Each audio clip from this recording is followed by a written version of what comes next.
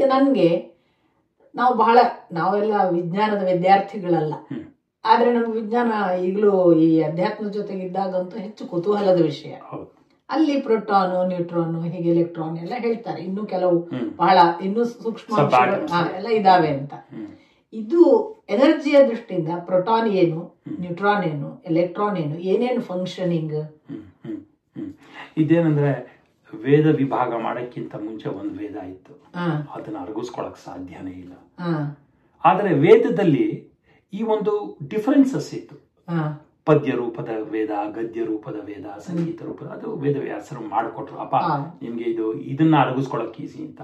So ನಾವೇನ್ ಮಾಡಿದ್ವಿ, energy as A hole ನೋಡ್ಬಿಟ್ರೆ ಅದು ದೊಡ್ಡ ವೇದ ತರ ಏನೂ ಗೊತ್ತಾಗಲ್ಲ. ಒಳಗಡೆ ನಾವು ಈ ಕಂಪೋನೆಂಟ್ಸ್, ಇದು ಚಾರ್ಜ್ ಏನೇನಿದೆ, ಇಲ್ಲಿ ಪಾಸಿಟಿವ್ ಚಾರ್ಜ್ ಇದೆ, so this is a proton. ಈ ಪ್ರೋಟಾನ್ ಏನಾಗಿದೆ, ಇನ್ನೊಂದು ಎಂಟಿಟಿ, ಅಂದ್ರೆ ಇವೆಲ್ಲ ಎನರ್ಜಿ ಸ್ಟೇಟ್ ಸಮ ಇದು. ಇದ್ರಲ್ಲಿ ಸುಮ್ನೆ ನಾವು ತೋರ್ಸಕ್ಕೋಸ್ಕರ ಅಲ್ಲಿ ಸರ್ಕಲ್ಗಳು ಹಾಕ್ತಿವಿ. ಒಂದು ನ್ಯೂಟ್ರಾನ್ ಜೊತೆ ಇದೆ ಈ ಕಂಪ್ಲೀಟ್ ನ್ಯೂಕ್ಲಿಯಸ್, ಇದು ಸೆಂಟರ್.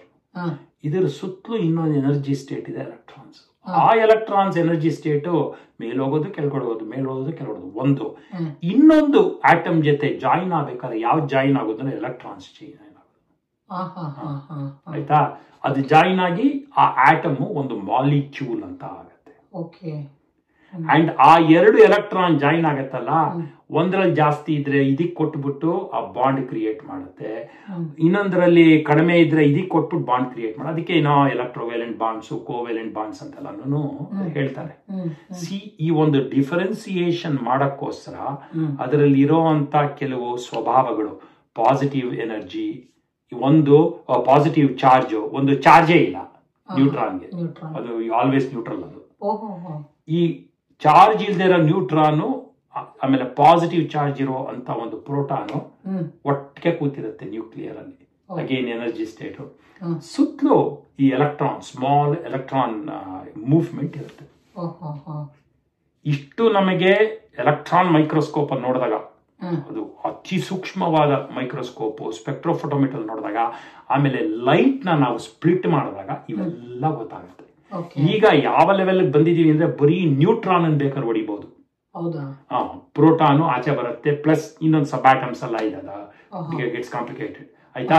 ಆಮೇಲಿಂದ ಒಂದು ಎಲೆಕ್ಟ್ರಾನ್ ನ ಸ್ಪೀಡ್ ಅಪ್ ಮಾಡಬಹುದು, ಸ್ಲೋ ಡೌನ್ ಮಾಡಬಹುದು. ಈಗ ಹೇಳ್ತಾ ಇದಾರೆ light can be slowed down. ಕೆಲವು ಎಕ್ಸ್ಪೆರಿಮೆಂಟ್ಸ್ ಅಲ್ಲಿ light can be slowed down. ಏನಾಗುತ್ತೆ ಲೈಟ್ ಸ್ಲೋ ಡೌನ್ ಮಾಡಿದ್ರೆ? ಹಿಂದೆ ಹೋಗ್ಬೇಕು. ಹೌದು, ನೀವು ಆಗ್ಲೇ ಹೇಳಿದ್ರಿ ನಿಲ್ಲಿಸಿ ಹಿಂದೆ ಹೋಗ್ಲಿಕ್ಕೂ ಬರುತ್ತೆ. ಅದು ಲ್ಯಾಬ್ ಎನ್ವೈರನ್ಮೆಂಟ್ ಅಲ್ಲಿ ಲೀನಿಯರ್ ಆಕ್ಸಿಲರೇಟರ್ಸ್ ಅಂತಿದೆ, ಅದರಲ್ಲಿ ಮಾಡಬಹುದು. ಬಟ್ ಇದೆಲ್ಲ ಏನು, ಇದ್ರ ಟೈಮ್ ಹೇಳಿದ್ನಲ್ಲ, 1/10⁹ ನ್ಯಾನೋ ಸೆಕೆಂಡ್ಸ್, ಪೀಕೋ ಸೆಕೆಂಡ್ಸ್ ಅಲ್ಲಿ ಅದು ನಮಗೆ ಇದು ಕೆಲವು ಇನ್ಸ್ಟ್ರೂಮೆಂಟ್ಸ್ ಮಾತ್ರ ಗೊತ್ತಾಗತ್ತದು. ಅದ್ರ ಮೇಲೆ ನಾವು ಓಹೋ ಇಲ್ಲಿ ಏನೋ ಒಂದು ಎನರ್ಜಿ ಬರ್ಸ್ಟ್ ಆಗಿದೆ ಅಂತ ಕ್ಯಾಲ್ಕುಲೇಷನ್ ಅಲ್ಲಿ ತಿಳ್ಕೋಬಹುದು. ಅದು ಬಿಟ್ಟು ಇನ್ನೇನು ಮಾಡಕ್ಕಾಗಲ್ಲ, ಕಣ್ಣಿಗೆ ಯಾವುದು ಕಾಣಿಸಲ್ಲ. ಈಗ ಇದರಲ್ಲಿ ಇದಕ್ಕೊಂದೊಂದು ಗುಣಗಳನ್ನು ಹೇಳ್ತಾ ಇದ್ದಾರಲ್ಲ, ಇದು ನ್ಯೂಟ್ರಾನ್ಸ್ ಒಳ ನ್ಯೂಟ್ರಲ್, ಪ್ರೋಟಾನ್ ಅದ್ರ ಒಳಗೆ ಇರ್ತದೆ, ಅದು ಪಾಸಿಟಿವ್ ಅಂತಲ್ಲ, ಪ್ರೋಟಾನ್ ಪಾಸಿಟಿವ್, ಮತ್ತೆ ಇದು ಎಲೆಕ್ಟ್ರಾನ್ ನೆಗೆಟಿವ್. ಅಂದ್ರೆ ಈ ಎಲೆಕ್ಟ್ರಾನ್ ನೆಗೆಟಿವ್ ಅಂದಾಗ ನಾವು ಹೇಳುವ ಲೆಫ್ಟ್ ಬ್ರೈನ್, ರೈಟ್ ಬ್ರೈನ್, ಜೀವ ಇದಕ್ಕೆ ಸಂಬಂಧಪಟ್ಟದ್ದ ಅಲ್ಲ, ಇಲ್ಲ, ಒಂದಕ್ಕೊಂದು ಆಪೋಸಿಟ್ ಅಷ್ಟೇ. ಅಪೋಸಿಟ್. ಈಗ ಒಂದು ಮ್ಯಾಗ್ನೆಟ್ ಅಯಸ್ಕಾಂತ ತಗೊಂಡಾಗ ಒಂದು ನಾರ್ತ್ ಪೋಲ್, ಸೌತ್ ಪೋಲ್ ಇರುತ್ತೆ. ಹೌದು. ಸೊ ಆ ತರ ಇಲ್ಲಿ ಒಂದು ಪಾಸಿಟಿವ್, ಇನ್ನೊಂದು ನೆಗೆಟಿವ್. ಓಕೆ, ಪಾಸಿಟಿವ್ ನಾವ್ ಏನು ಪಾಸಿಟಿವ್ ಅಂತಿದೀವಿ, it is opposite to the negative. ಯಾವ ನೆಗೆಟಿವ್ ಅಂತೀವಿ, it's opposite to the positive. ಈಗ ಇದು ಬಹಳ ಒಂದು ಒಳ್ಳೆ ಯೋಚನೆ. ಅಂದ್ರೆ ಈಗ ರೆಡ್ ಬಂದಾಗ ನಿಲ್ತೀವಿ, ಗ್ರೀನ್ ಬಂದಾಗ ಹೋದ್ವಿ, ಯಾತಿಕ್ಕೆ? ಯಾಕಂದ್ರೆ ನಾವು ಏನೋ ಒಂದು ಬಿಹೇವಿಯರ್ ನಾವು ಅಡಾಪ್ಟ್ ಮಾಡ್ಕೋಬೇಕು. ಸೊ ಒಬ್ರೊಬ್ರಿಗೆ ಡಿಕ್ಕಿ ಹೊಡೆದು ಸಾಯ್ದೆ ಇರೋಕೆ ಅಲ್ವಾ? ಅದೇ ತರ ಈ ಒಂದು ಎನರ್ಜಿ ಸ್ಟೇಟು, ಈ ಒಂದು ಡೈನಮಿಸಮ್ ನ ಅರ್ಥ ಮಾಡ್ಕೊಳಕ್ಕೋಸ್ಕರ ನಾವು this is going to be positive ಅಂತ ನಾವು we actually made an identification. ಎರಡರದ್ದು ಕ್ಯಾರೆಕ್ಟರಿಸ್ಟಿಕ್ಸ್ ಆಪೋಸಿಟ್. ಅದು ಆಪೋಸಿಟ್ಲಿ ಚಾರ್ಜ್ಡ್. ಹೌದು. ಈಗ ನೀವು ಹೇಳಿದ್ರಿ ಎಲೆಕ್ಟ್ರಾನಿಕ್ ಇನ್ನೊಂದು ಎಲೆಕ್ಟ್ರಾನಿಕ್ ಒಂದು ಬೈಂಡಿಂಗ್ಸ್ ಆಗ್ತದೆ. ಏನಕ್ಕೆ ಕಾರಣ ಏನು? ಅವುಗಳು ಯಾಕೆ ಒಂದಕ್ಕೊಂದು ವಿರೋಧ ಹೋಗಿ ಸ್ಫೋಟ ಆಗುದಿಲ್ಲ? ಆದ್ರೂ ಹಾಗೂ ಆಗ್ಬೋದು. ಈಗ ಈ ಎರಡರಲ್ಲಿ ಯಾವಾಗಲೂ ಅದು ಹತ್ರ ಬಂದು ಯಾವಾಗ ಜಾಯಿನ್ ಆಗುತ್ತೆ ಅಂದ್ರೆ, ಒಂದರಲ್ಲಿ ಕೊರತೆ ಇದ್ದಾಗ, ಇನ್ನೊಂದರಲ್ಲಿ ಎಕ್ಸ್ಟ್ರಾ ಎನರ್ಜಿ ಇದ್ದಾಗ ತಗೊಳ್ಳುತ್ತೆ. ನಾ ಹೇಳಿದ್ನಲ್ಲ, ಯಾವಾಗ ಎನರ್ಜಿ ಹೈ ಪೊಟೆನ್ಶಿಯಲ್ ಇಂದ ಲೋ ಪೊಟೆನ್ಶಿಯಲ್, ಹೈ ಪ್ರೆಷರ್ ಇಂದ ಅವಾಗ ಬಂದು ಜಾಯಿನ್ ಆಗುತ್ತೆ. ಈಗ ಇದು ಎಲೆಕ್ಟ್ರಾನ್ ಅಲ್ಲಿ ಮಾತ್ರ ಆಗ್ತದ? ಪ್ರೋಟಾನಿಗೂ ಆ ತರದ? ಪ್ರೋಟಾನ್ ಅಲ್ಲಿ ಆಗೋದು ಬಹಳ ಕಡಿಮೆ. ಯೂಶಲಿ ಮಾಲಿಕ್ಯೂಲ್ಸ್ ಅಲ್ಲಿ ಎಲೆಕ್ಟ್ರಾನ್ ಅಲ್ಲೇ ಅದು ಬೈಂಡಿಂಗ್, ಆ ಕೋವೆಲೆಂಟ್ ಬಾಂಡ್ಸ್, ಎಲೆಕ್ಟ್ರೋವೆಲೆಂಟ್ ಬಾಂಡ್ಸ್ ಆಗೋದು ಇದು. ಕೆಲವು ಕಡೆ ಪ್ರೋಟಾನ್ಸ್ ಜಾಯಿನ್ ಆಗೋದಿದೆ, ಬಹಳ ಕಾಂಪ್ಲಿಕೇಟೆಡ್. ಅದು ಯಾವ ತರ ಆಗುತ್ತೆ ಅಲ್ಲಿ ಎನರ್ಜಿ ಸ್ಟೇಟ್ಸ್ ಇದು ಕ್ಯಾಲ್ಕುಲೇಟ್ ಮಾಡೋದು. ನಮಗೆ ಅರ್ಥ ಆಗಿರೋ ಪ್ರಕಾರ ಮಾಲಿಕ್ಯೂಲ್ಸ್ ಫಾರ್ಮೇಶನ್ ಅಲ್ಲಿ electrons place the highest role. It actually ಮಾತಾಡ್ತಿರೋ ನಂಗೆ ಅನ್ಸಿದ್ದು, ಈ ನ್ಯೂಟ್ರಾನ್ ಅನ್ನೋದು ಜೀವ. ನನ್ಗೆ ಅನಿಸ, ಈ ಜೀವದ ಒಳಗೆ ಇರುವ ಚಿತ್ತ ಅದು ಪ್ರೋಟಾನ್. ಅದು ಯಾವತ್ತೂ ಕೂಡ ಜೀವದ ವಿರುದ್ಧ ಮಾತಾಡೋದಾಗ್ಲಿ ಎಲ್ಲ ಹೋಗಲ್ಲ. ಈ ಬುದ್ಧಿ ಇದು ಎಲೆಕ್ಟ್ರಾನ್, ಅದು ಸಾಮಾನ್ಯವಾಗಿ ಈ ಜೀವಕ್ ವಿರುದ್ಧವಾದನ್ನು ಅಲ್ವಾ? ಈಗ ನೀವು ಹೇಳ್ತೀರ ನಂಗೆ ಅನಿಸ್ತಾ ಇದೆ. ಆಮೇಲೆ ಈ ತರದ ನೆಗೆಟಿವಿಟಿ ಎಷ್ಟೆಷ್ಟು ಹೆಚ್ಚಾಗ್ತದ ಅಷ್ಟಷ್ಟು ಈ ನ್ಯೂಟ್ರಾನ್ ಮತ್ತು ಈ ಪ್ರೋಟಾನ್ ಸಫರ್ ಆಗ್ತದೆ ನಂಗೆ ಗೊತ್ತಿಲ್ಲ. ನನ್ಗೆ ನಮ್ಮ ಒಳಗೆ ನಮ್ಮಲ್ಲಿ ಜೀವ ಮತ್ತು ಚಿತ್ತ ಒದ್ದಾಡ್ತವೆ ಬುದ್ಧಿಯ ಗಲಾಟೆಗೆ. ಈ ದೃಷ್ಟಿಯಿಂದ ಈ ಬೈಂಡಿಂಗ್ಸ್ ಪ್ರೋಟಾನ್ ಮತ್ತು ನ್ಯೂಟ್ರಾನ್ ಏನಾದ್ರೂ ಹೆಲ್ಪ್ ಮಾಡ್ತಾವ ಅಥವಾ ಅದೇನಾದ್ರೂ ಅಲ್ಲಿ ಮೈನಸ್ ಮಾಡ್ತಾವ? ಅದು ಇದಕ್ಕೂ ಯಾವ ತರ ರಿಲೇಶನ್ಶಿಪ್ ಇರಲ್ಲ. ಒಂದು ನೀವು ಏನೋ ಒಂದು ನಿಮಗೆ ಅನಿಸ್ತು, ಅದು ಕೆಲವು ವಿಜ್ಞಾನಿಗಳಿಗೆ ಅನಿಸಿದೆ. ಆದರೆ ಅಲ್ಲಿ ತೊಂದರೆ ಇರೋದೇನಂದ್ರೆ, ನಾವು ಆಗ್ಲೇ ಮಾತಾಡ್ತಾ ಇದ್ವಲ್ಲ, we don't understand the spirit behind electrons, protons and neutrons. ಆಧ್ಯಾತ್ಮ ಗೊತ್ತಿಲ್ಲ ನಮ್ಗೆ ಅದ್ರ ಹಿಂದ್ಗಡೆ. ನಮಗೆ ಫಿಲಾಸಫಿ ಗೊತ್ತಾಗೋ ತನಕ ನಮಗೆ ಅದರ ಒಂದು ಪೂರ್ಣ ಅರ್ಥ ಗೊತ್ತಾಗಲ್ಲ. ಇದೆಲ್ಲನೂ ರೆಕಗ್ನೈಸ್ ಮಾಡಿದ್ವಿ, ಇದ್ರ behaviour.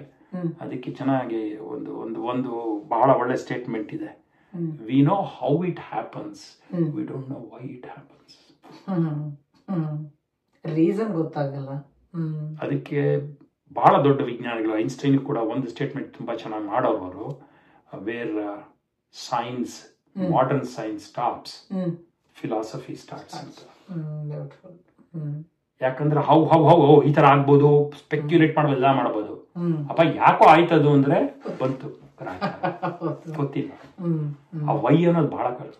Why does light travel at 186,000 miles per second?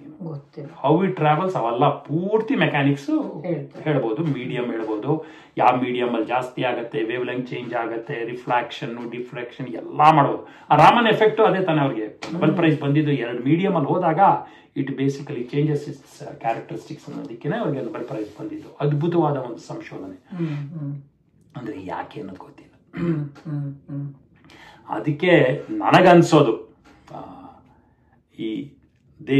the modern science will end up finally with some sort of a karma theory. ಅದಕ್ಕೆ ಮ್ಯಾಥಮ್ಯಾಟಿಕ್ಸ್ ನಲ್ಲಿ ಒಂದಿದೆ, ಅಪ್ರಿಯರಿ ನಾಲೆಡ್ಜ್ ಅಂತ. Every energy state has a previous latent stored energy. ಇಲ್ದಿರ ಮುಂದೆ ಹೋಗಕ್ಕಾಗಲ್ಲ. ಇದು ಗುರುಗಳು ಹೇಳೋರು, 3ರ ಮುಪ್ಪುರಿಯಿಂದ 4 ಮುಟ್ಟಬೇಕು ಅಂತ. ಇದು 1ರಿಂದ 2ಕ್ಕೂ ಅಷ್ಟೇ, 2ರಿಂದ 3ಕ್ಕೂ ಅಷ್ಟೇ. So the previous state determines the next state. ಅಂದ್ರೆ ನಮ್ಮ ಒಂದು ಪ್ರೋಗ್ರೆಷನ್ ಟುವರ್ಡ್ಸ್ ಮುಕ್ತಿ ಅಂತ ತಗೊಂಡ್ರು ಕೂಡ ಇಟ್ ಇಸ್ ವೆರಿ ಪ್ರೀವಿಯಸ್ ಆಗಿ. If it has gained energy, ಅವಾಗ it goes to a higher energy state. ಉಪನಿಷದಿ. If it has lost, it goes to the lower suborbits. ಇದು ಇದನ್ನು ಹೇಳುತ್ತೆ. ಇದು ಅಟಾಮಿಕ್ ಥಿಯರಿ ಬಹಳ ಕ್ಲಿಯರ್. ಇದು ಅಟಾಮಿಕ್ ಥಿಯರಿಯಿಂದ ಹಿಡಿದು ಬಿಟ್ಟು ಕಂಪ್ಲೀಟ್ ನೀವು ಮಹತ್ ಅಂದ್ರೆ ಈ ಯೂನಿವರ್ಸ್ ಅಂತ ತಗೊಂಡ್ರು ಅದೇ. As it loses energy, it gets attracted by stronger forces. So it goes and clashes with something that's very strong. ಈ ಯೋಗ ಭ್ರಷ್ಟರಾಗುವುದು ಅಥವಾ ನಾವು ಯಾವುದನ್ನು ಊರ್ಧ್ವಮುಖಿಯಾಗಿ ಹೋದ್ರೆ ಭಗವಂತನ ಹತ್ರ, ಇಲ್ಲದಿದ್ರೆ ಮತ್ತೆ ನರಕ ಮೊದಲಾದ ಅಲ್ವಾ? ಆ ಕಾನ್ಸೆಪ್ಟ್ ನೀವು ಹೇಳೋದಿಲ್ಲ, ಮೇಲೆ ಹೋದದ್ದು ಮತ್ತೆ ಕೆಳಗೆ ಬರ್ತದೆ ಅನ್ನುವ ಅಲ್ವಾ? ಇವೆಲ್ಲ ಅನುಭವಿಸೇ ತಾನೇ ಹೇಳಿದ್ರು ಅಲ್ವಾ? ಸುಮ್ನೆ ಎಲ್ಲೋ ಇಂದ ಏನೋ ಒಂದು ಕಟ್ಟಕತೆ ಅಲ್ಲ ಅದು. ಯಾಕಂದ್ರೆ ನೀವು ಆಟಮ್ಸ್ ನ ಸ್ಟಡಿ ಮಾಡಿದ್ರೆ ಆಧ್ಯಾತ್ಮ ಗೊತ್ತಾಗ್ಬಿಡುತ್ತೆ. ಅದೆರಡೂ ಇದೆ ಅದಕ್ಕೆ, ಊರ್ಧ್ವಮುಖಿ ಮತ್ತು ಅಧೋಮುಖಿ. It either gains energy, goes to a higher orbit, or loses energy, comes to a lower orbit. ಅದು ಎಲ್ಲಾದ್ರಲ್ಲೂ ಸತ್ಯ, ಅದು ಎಲ್ಲಾದ್ರಲ್ಲೂ ಸತ್ಯ ಅಲ್ವಾ?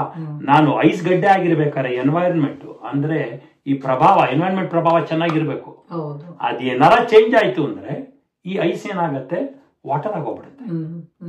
ಅದೇ ಚೇಂಜ್ ಆಗಿ ಎನರ್ಜಿ ಉಚ್ಚಾಪಟ್ಟೆ ಆದ್ರೆ ಊರ್ಧ್ವಮುಖ ನೀಟಾಗಿ ಇಟ್ ಆಕ್ಚುಲಿ ಎವಾಪರೇಟ್ಸ್. ನೋಡಿ ಇಲ್ಲಿ ಕೋಲ್ಡ್ ಏರ್ ಇಸ್ ಹೆವಿಯರ್, ಹೌದು.